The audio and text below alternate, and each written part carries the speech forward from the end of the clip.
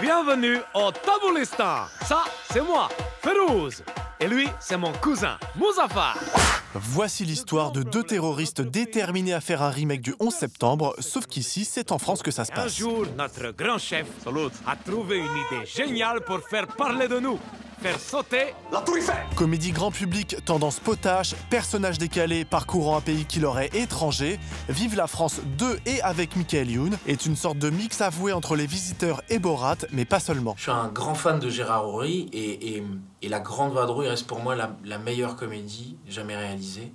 Et c'est un film qui m'a tellement marqué que je crois que Vive la France, c'était un peu une façon pour moi de faire une petite vadrouille, quoi. J'avais envie de voir mes deux personnages déambuler comme De Funès et Bourvil. On continue mission. Tu sais même pas où c'est, tu les fais. Si, ça est là, on va là. Décidés à rallier Paris, les deux compères multiplient les mésaventures et croisent en chemin du Corse poseur de bombes, du Marseillais chauvin qui casse du Parisien, ou encore du rugbyman à poil sous les douches. Quelques clichés surannés censés dévoiler certains des travers français. Mais c'est pas ça la France, c'est un pays de droit humain, vous allez voir. Pour les erreurs médicales, il faut porter plainte auprès du procureur de la République en y joignant la victime qui déposer la procédure devrait prendre entre 4 et 5 ans. Mais sous des dehors franchouillards, les références les plus tenaces de Michael Youn sont à chercher de l'autre côté de l'Atlantique, comme ce fut déjà le cas pour son premier film, Fatal. Je suis vachement influencé quand même par les films américains. C'est sûr que c'est plus dans mon ADN. Les histoires sont à la fois drôles, belles, dynamiques et originales. Après, on est aussi capable de faire de fabuleuses comédies en France, mais c'est vrai que c'est un peu plus bourgeois quand même, la comédie à la française. Je parle celle d'aujourd'hui.